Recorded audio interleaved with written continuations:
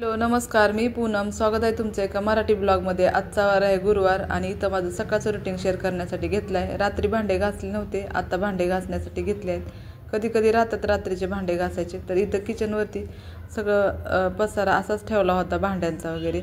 आणि आता इथं म्हणलं पहिलं तर सगळं किचन आवरून घेऊ आणि घरं पण झाडून घ्यायचे होते. तर भांडे घासून झाले आणि भांडे सगळे मांडणीला लावले की सगळं व्यवस्थित दिसतं, त्यामुळं म्हणलं भांडे पहिले तर लावून घेऊ. आणि रात्री मी सांबार केला होता, तर तसाच कुकरमध्येच ठेवला होता, तर काढला नव्हता. तर कुकर एक घासायचं राहिलं होतं, बाकीचे सगळे भांडे घासून घेतले होते. आता तर इथं मी पहिलं भांडे लावून घेते, म्हणजे सगळे भांडे वगैरे लावले, किचन पण थोडासा मोकळा होईल, त्यामुळं भांडे लावून घेते. भांडे असेच ठेवले की मग तसं सगळं सामान दिसतं, त्यामुळं मी इथं भांडे लावण्यासाठी घेतले आहेत.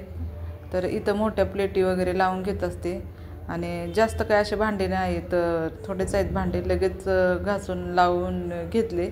आणि आता इथं मला सकाळचं घर पण झाडायचं होतं आणि नाश्ता पण करणार होते आज मी. तर त्यासाठी इथं मी पहिलं तर भांडे लावून घेतले आणि आता किचन पण सगळं स्वच्छ करून घ्यायचं होतं. तर पोळपाट बेलणं इथे पण एक छोटे स्टँड आहे, तिथं सगळं लावून घेतलं.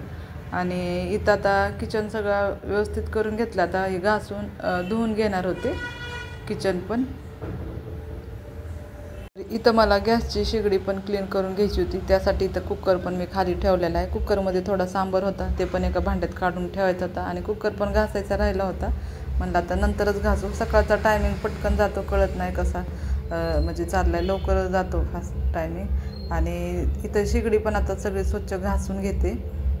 तर हे सगळं अगोदर तर सगळं किचन सगळा रिकामा करून घेतला. आता इथं भांड्याच्या साबणाने आणि कात्याने छान आता शेगडी पण घासून धुवून घेत असते. किचन स्वच्छ करून घेतला की छान वाटतं, त्यामुळे इथं किचन सगळं अगोदर स्वच्छ करून घेतलेलं आहे. आणि मिस्टर पण उठले होते आणि आज बारका मुलगा पण लवकर उठला होता, आज क्लासला गेला होता मुलगा पण.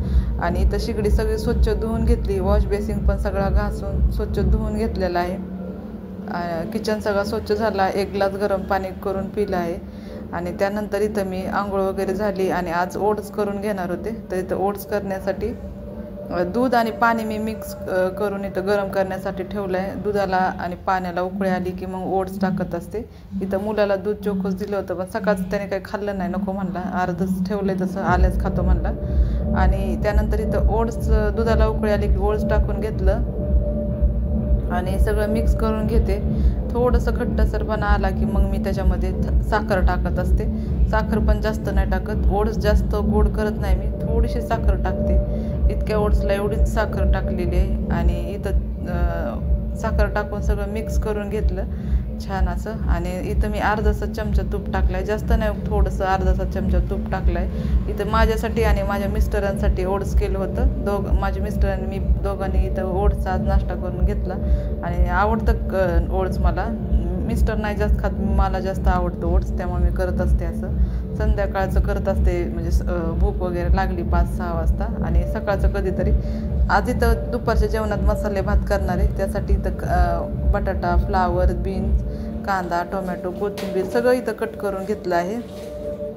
आणि इथं ते पातेलं मोठ्याच पातेल्यात करणार होते, कोलम तांदळाचा राईस करणार होते, तर जास्त हे होतं, त्यामुळे इथं मोठंच पातेलं घेतलं आहे. तेल टाकलं आहे, 1 चमचा तूप टाकलं आहे आणि खडा मसाले इतके घेतले आहेत.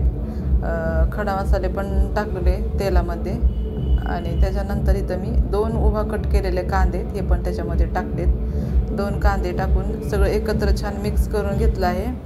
आणि त्यानंतर इथं कांदा थोडासा परतला की त्याच्यामध्ये नंतर मी इथं 2 टोमॅटो कट केले होते, ते पण टाकणार आहे. तर इथं कढीपत्ता पण टाकला आणि इथं 2 टोमॅटो कट केलेले, सगळ्या भाज्या टाकल्या आहेत, गाजर, बीन्स, फ्लावर, बटाटा, कोथिंबीर पण लगेच टाकली. आणि तांदूळ टाकून स्वच्छ कोलम तांदूळ धुवून घेतले होते, हे पण टाकून स्वच्छ धुवून घेतलेले तांदूळ टाकले आणि सगळं मिक्स केलं. आणि त्यानंतर इथं मी सगळं दही पण टाकलं होतं. इथं मी अर्धा वाटी दही टाकलं होतं, दहीची क्लिप नाही आली माझ्याकडून. हे सगळं छान एकत्र मिक्स करून घेतलं, 1-2 मिनटं ताट झाकून एक वाफ काढून घेतली. आणि त्यानंतर इथं मी भात करण्यासाठी गरम पाणी टाकलं होतं, तर गरम पण पाणी करून घेतलं.